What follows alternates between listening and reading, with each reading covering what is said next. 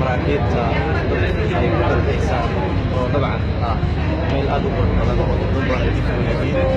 waa meel xiiso leh dad kala duwan kala mid ah aniga keliya ayaa qof Soomaaliya ka ah marka Faransa ay dalxiisaya biyaha Bosphorus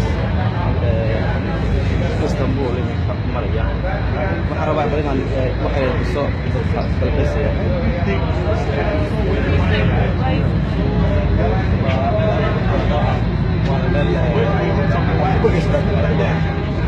طبعا أبصر حلوة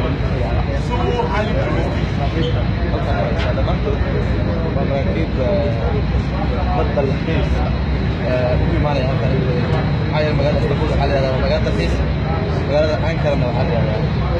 مجال الدولة موجودة الآن وشوي أفضل وأنا إليه سبحة وأفضل ساعة خلق استراحة مريات موارد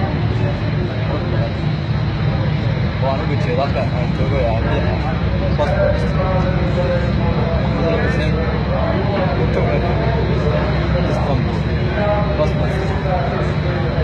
I record with you. Where places?